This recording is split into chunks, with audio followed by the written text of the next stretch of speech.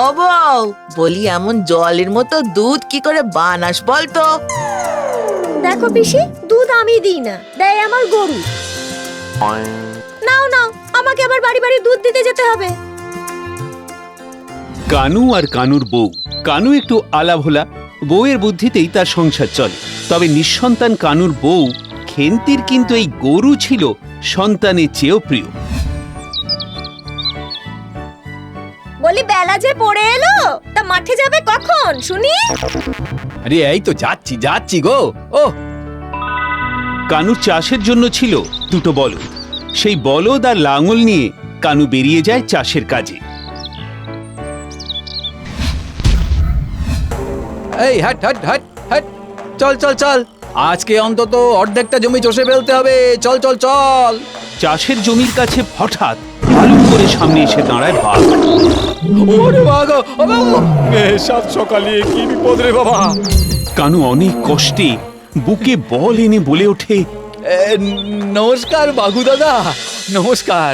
এই সাত সকালে ধানের খেতে কি মনে করে? সবই ভগবানের ইচ্ছে ভায়া, ভগবানই পাঠালেন তোমার কাছে। সে কি মানে আমার কাছে কেন? সে জানি না, তবে বললেন আপাতত ওই চাষির বলদ দুটোর মাংস খেয়ে পেট ভরা। কিন্তু ভগবান আমাকে যে বললেন, কি বললেন? বললেন তাড়াতাড়ি মাঠে গিয়ে লাঙ্গল চালা। কোনো দুষ্টু পশু আমার নাম নিয়ে বিরক্ত করতে এলে তাকে লাঙ্গলের ফলায় তুললে। হালুম, কি আমি দুষ্টু? হালুম, লাঙল খোলো বলছি, নইলে বলদ দুটোকে তো খাবোই, সঙ্গে তোমাকেও ছাড়বো না। রাখছো কেন? তা আমি বলছিলাম কি, এই সাত সকালে দুটো বুড়ো বলদের ছিবড়ে মাংস কি আর তোমার ভালো লাগবে? তার চেয়ে বরং বাড়িতে আমার একটা নধর দুধের গাই আছে, দুবেলা 10 সের করে দুধ দেয়, তাকেই খেও। নধর গরু? না থাক, তোমার বউ আমাকে তোমাদের গরু খেতে দেবেই বা কেন? 100 বার দেবে। এই তো আজ তো বউ বলছিল 10 সের দুধ দেয় ঠিকই, কিন্তু লাথি দেয় আরো বেশি। লাথি? হ্যাঁ, তাই গরুটাকে কেউ নিলে বিক্রি করে দেবে, আর নইলে বলেছে বাঘ শেয়ালকে খাইয়ে দেবে। ঠিক বলেছে তোমার বউ, নিয়ে এসো তাকে। এবার চাষি বোকার ভান করে জিজ্ঞেস করে, আর বলছিলাম যে তাহলে এই বলদ দুটো। ওগুলো সঙ্গে নিয়ে যাও, ওই ছিবড়ে হার না খাওয়াই ভালো। আচ্ছা আচ্ছা আচ্ছা, এই আমি এই গেলাম আর এলাম, গেলাম আর এলাম। আসলে তার উদ্দেশ্য বউয়ের সাথে পরামর্শ করা। বউয়ের অনেক বুদ্ধি, এই বিপদে একটা না একটা উপায় সে ঠিক বার করবে। এদিকে কানুকে ফিরে আসতে দেখেই খেন্তি তো রেগে কাঁই। ও না মুখ বেয়াক্কেলে চাষি, বলি বাড়ি ফিরে এলে কোন সাহসে? হ্যাঁ, আমি আর কতদিন এমন জলে দুধে করে সংসার চালাবো? বেশ, তাহলে আমি বাঘের পেটেই যাই। মানে? ওরে বাবা রে, সে কথা বলতেই তো এলুম। মাঠে একটা বাঘ।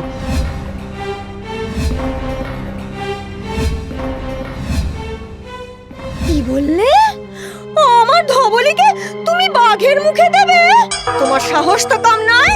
হ্যাঁ, ওই ঝোঁটাটা করে গেল। হ্যাঁ, আরে বাবা তা নয়, এমন একটা কিছু বুদ্ধি বার করো যাতে ধবলিও বাঁচে আর আমার বলদ দুটো বাঁচে। বুদ্ধিমতী খেন্তি ভেবে চিন্তে একটা উপায় বার করে। তারপর স্বামীকে বলে, শোনো, এক কাজ করো দেখি, তুমি বরং বলদ আর লাঙল নিয়ে মাঠের দিকে যাও, গিয়ে বলো আমি গরু নিয়ে আসছি। আচ্ছা বেশ, যাচ্ছি, কিন্তু দেরি করো না। হ্যাঁ, না হলে এই দেখাই আমাদের শেষ দেখা হবে। যাই।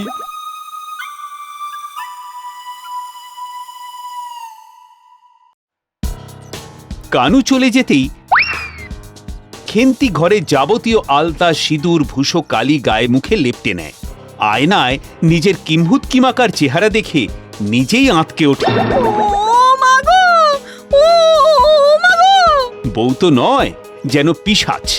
এবার মাথায় 5-7 খানা কাপড় মুড়ে বিশাল এক পাগড়ি বাঁধে। শাড়ির বদলে পরে নেয় চাষি ধুতি আর ফতুয়া। রান্নাঘর থেকে হাতে তুলে নেয় আঁশ বটিটা। তারপর সোজা উঠে বসে নিজের গরু ধবলির পিঠে। চল ধবলি, চল চল বাবা চল।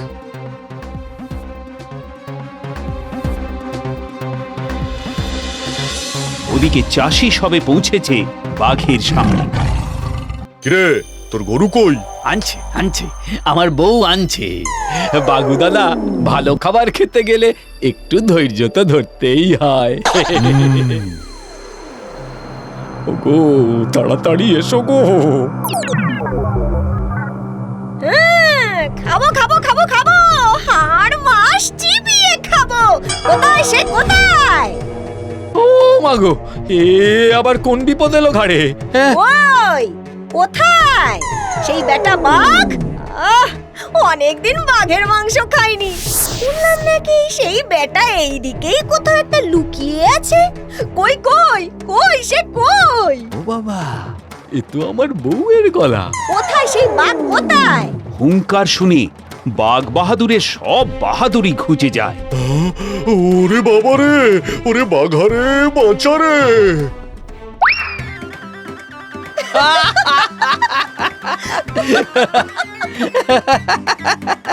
ওদিকে পশুদের পণ্ডিত শেয়াল মামা গাছের আড়াল থেকে সব দেখছিল। বউয়ের চালাকি বাঘ ধরতে না পারলেও সে কিন্তু পেরেছিল। তাই দৌড়ে বনের কাছাকাছি গিয়ে সে বাঘকে ধরে ফেলে। আরে ছো ছো ছো, তুমি মেয়ে মানুষের ভয় পালিয়ে এলে? আরে ও পিশাচ, পিশাচ। আরে না না, ও চাষির বউ। চাষি আর চাষি বউ মতলবেতে তোমায় তাড়িয়েছে। আমি আড়াল থেকে সব দেখেছি। এত বড় কথা? হ্যালো, বেশ তো, আমার সঙ্গে চলো। বিশ্বাস না হয় নিজের চোখেই দেখবে। এটার কোনো মতলব নেই তো? আরে কি ভাবছো? না মামা, একবার যখন প্রাণ হাতে পালাতে পেরেছি আর আমি অমুখ হব না।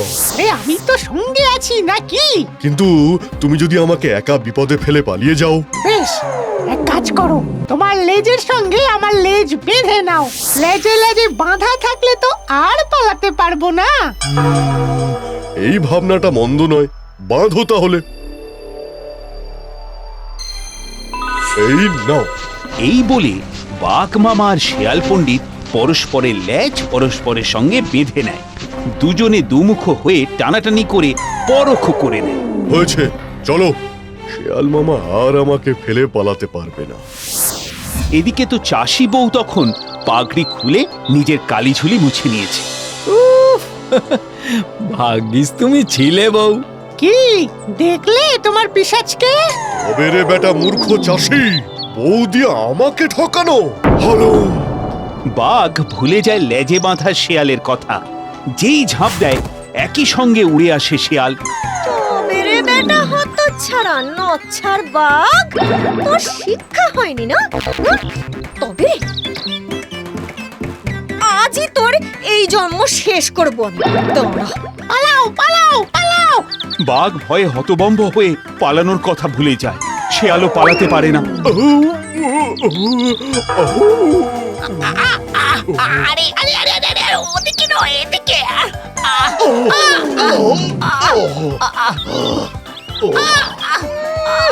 আবার লেজে বেঁধে আর একটাকে নিয়ে এসেছে। এই, খোলো তো লাঙলটা।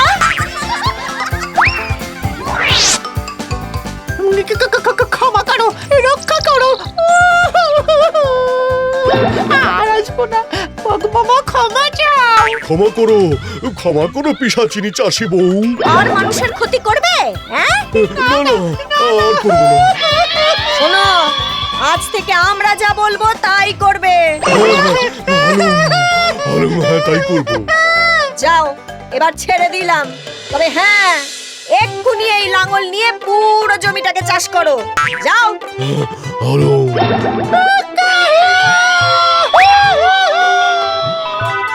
শুরু করে জমি চষা। এবারে একেবারে নিশ্চিন্তি। এখন শুধু আরাম আর আরাম। এই যে শোনো, কাল থেকে বাড়ি বাড়ি দুধ দেওয়া, জাবনা কাটা, খাওয়ানো, উঠোন ঝাড় দেওয়া সব কাজ তোমার। হ্যাঁ হ্যাঁ।